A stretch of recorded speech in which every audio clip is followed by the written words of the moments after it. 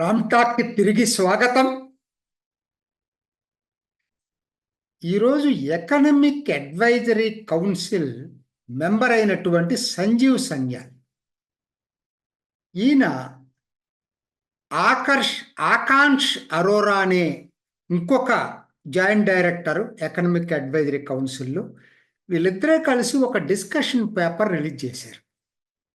అంటే ఒక research paper అనుకోండి. అంటే మనం రాష్ట్రాల ఆర్థిక అభివృద్ధి ఎలా ఉంది, జనరల్గా ఏంటి మనకి జీడిపిలు అంటే ఈ సంవత్సరం జీడిపిలను బట్టి ఏ ఏ రాష్ట్రానికి ఎంత వచ్చింది అనేది మనం లెక్క చూస్తాం. పోయిన సంవత్సరంతో మనం కంపేర్ చేసుకుంటాం, అంతే కదా.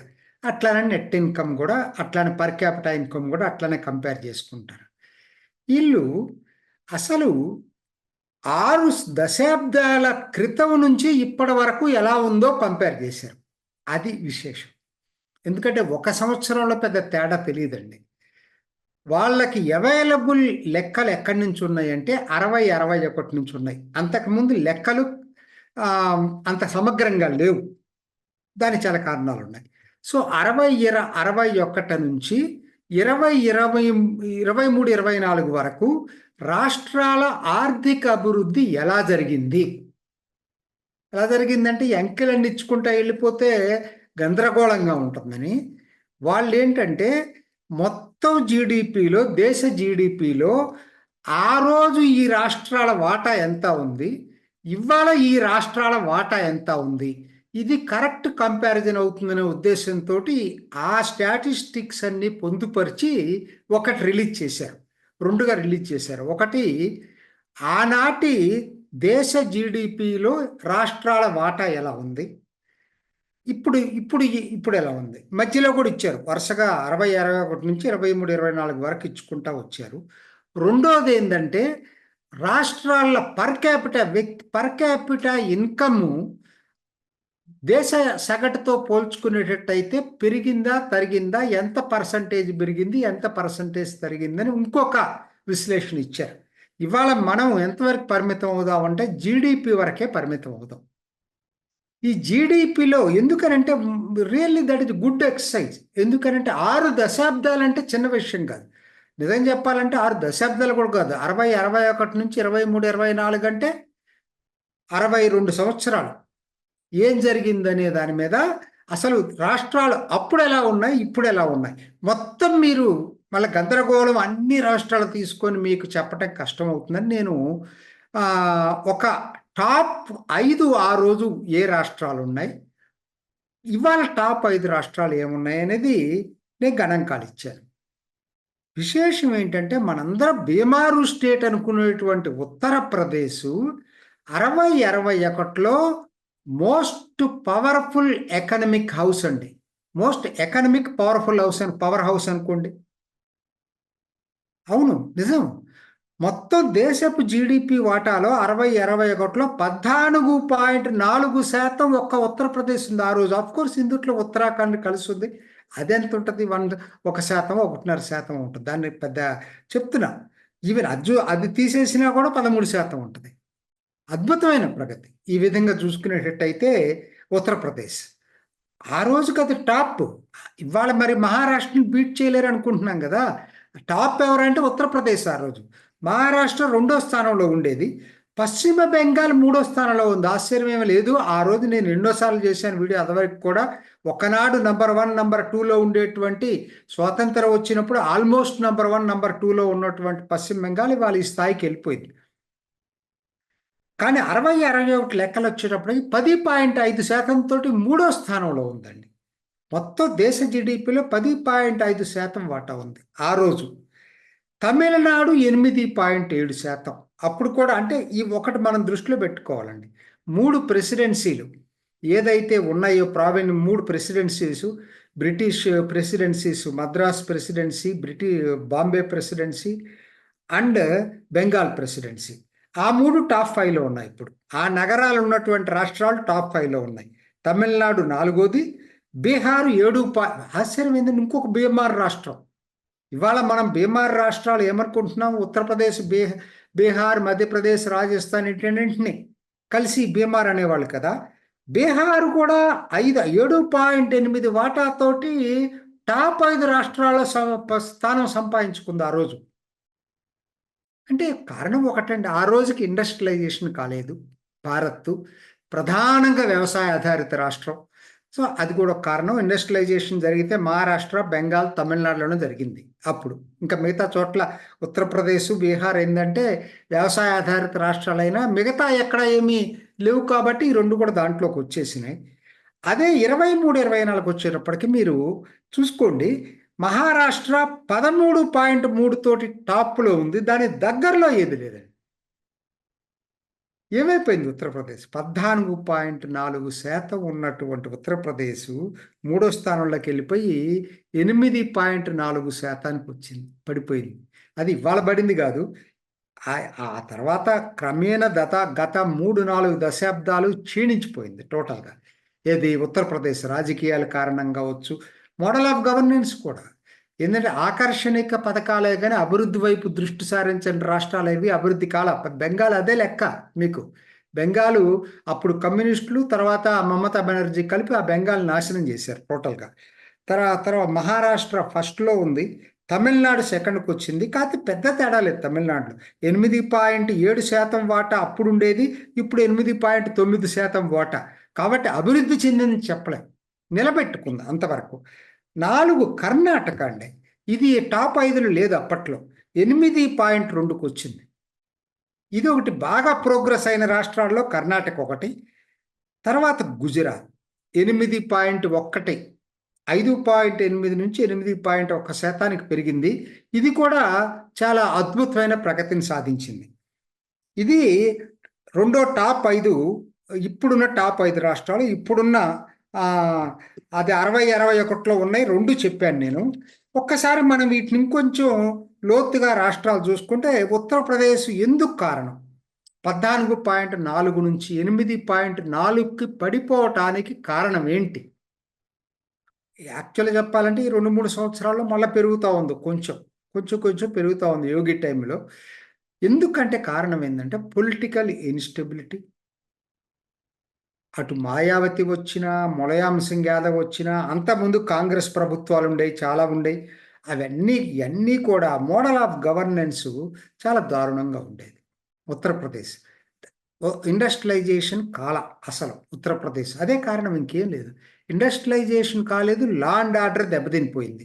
మరి ఇవాళ యోగి టైంలో నిలబెట్టాడు, ముందు నిలబెట్టి ఇప్పుడు ప్రోగ్రెస్ మొదలైంది. నేను అనుకోవటం 2-3 సంవత్సరాల్లో ప్రోగ్రెస్ బాగా ఎక్కువగా ఉంటుంది.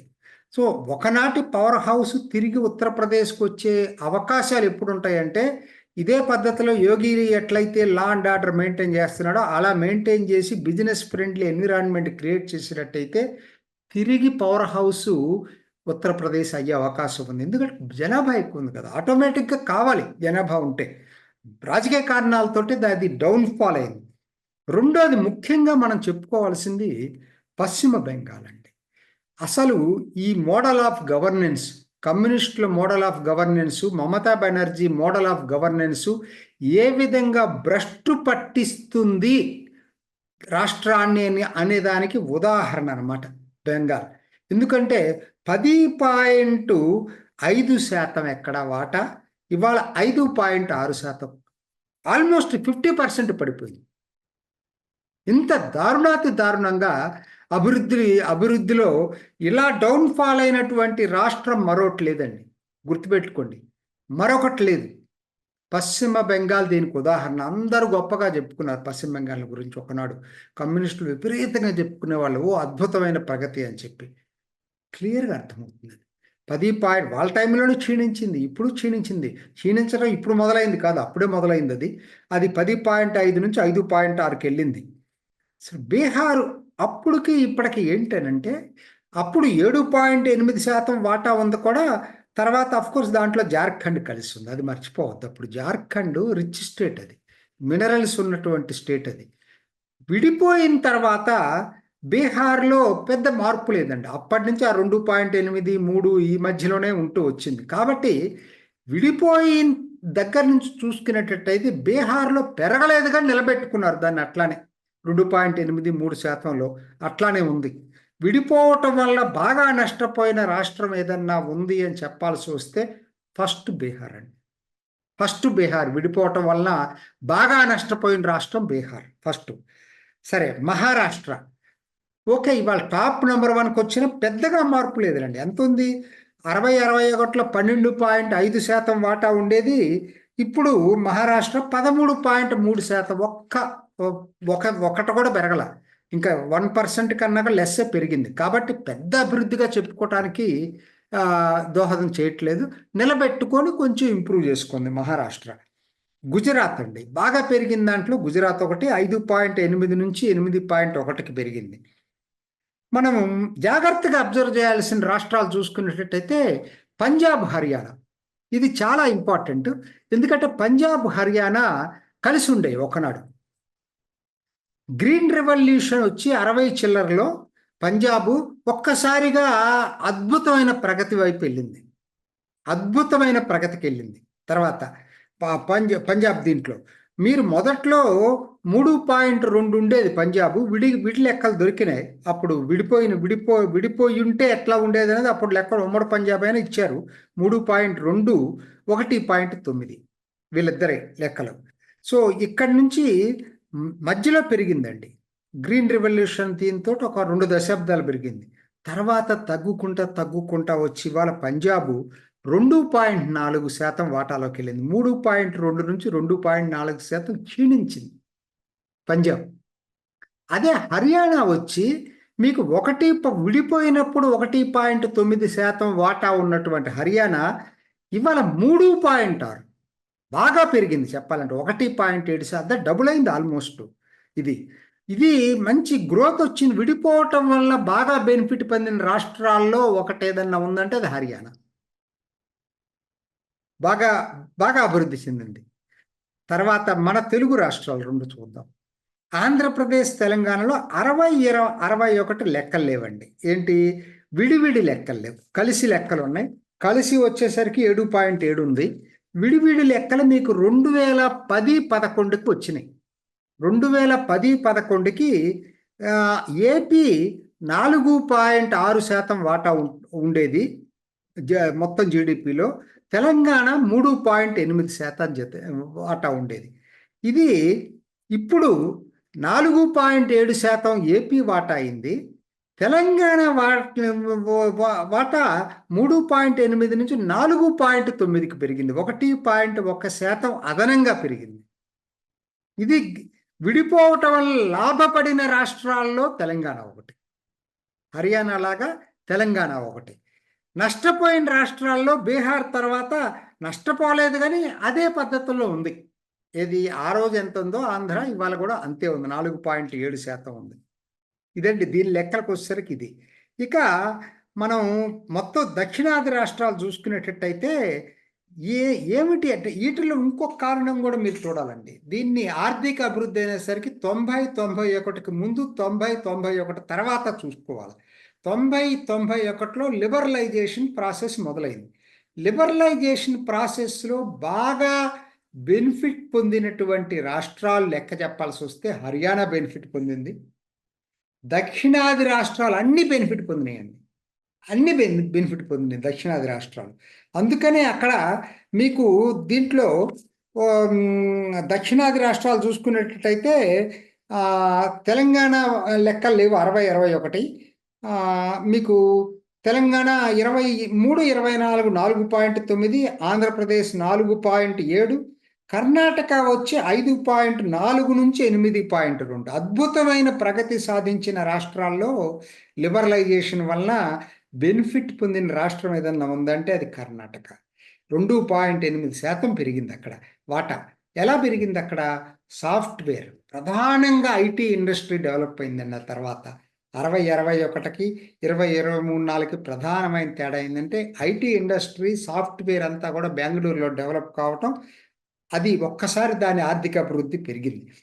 తమిళనాడు పెరిగి పెద్ద వాటా పెరిగింది లేదు, 8.7 నుంచి 8.9 నిలబెట్టుకుంది తమిళనాడు. కేరళ 3.4 నుంచి కొంచెం 3.8కి పెరిగింది. పెద్ద ఎక్కువ ఏమి లేదు. ఒక్క దీంట్లో ఏంటంటే దక్షిణాదిలో పెరిగినవి చెప్పాల్సి వస్తే ఆ, కర్ణాటక, తమిళనాడు పెరిగినాయి. కర్ణాటక, తెలంగాణ పెరిగినాయి. కర్ణాటక బాగా పెరిగింది, తెలంగాణ కూడా పెరిగింది. దీని తర్వాత మొత్తం దక్షిణాది రాష్ట్రాలు మొత్తం ఇవాళ మొత్తం దేశ జీడిపిలో 30.5% కేవలం దక్షిణాది రాష్ట్రాలది. ఈ 5 రాష్ట్రాలదే మొత్తం జీడిపిలో 30.5%. ఇంకొక రాష్ట్రాన్ని గురించి చెప్పాలి మీకు, ఢిల్లీ. ఢిల్లీ 61కి 1.4% వాటా ఉంటే ఇవాళ అది 3.6% వాటా. బాగా లాభపడిన రాష్ట్రాల్లో ఢిల్లీ కూడా ఒకటి. బాగా పెరిగింది, 1.4 నుంచి 3.6%కి పెరిగింది ఢిల్లీ. సో ఇది కూడా అత్యంత వేగంగా అభివృద్ధి చెందిన రాష్ట్రాల్లో ఢిల్లీ ఒకటి.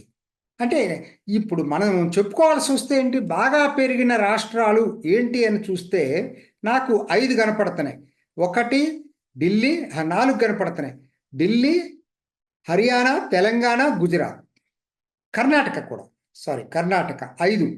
కర్ణాటక ఈ 5 మాత్రం బాగా ఈ లిబరలైజేషన్ పాలసీ వల్ల బాగా బెనిఫిట్ పొందినటువంటి.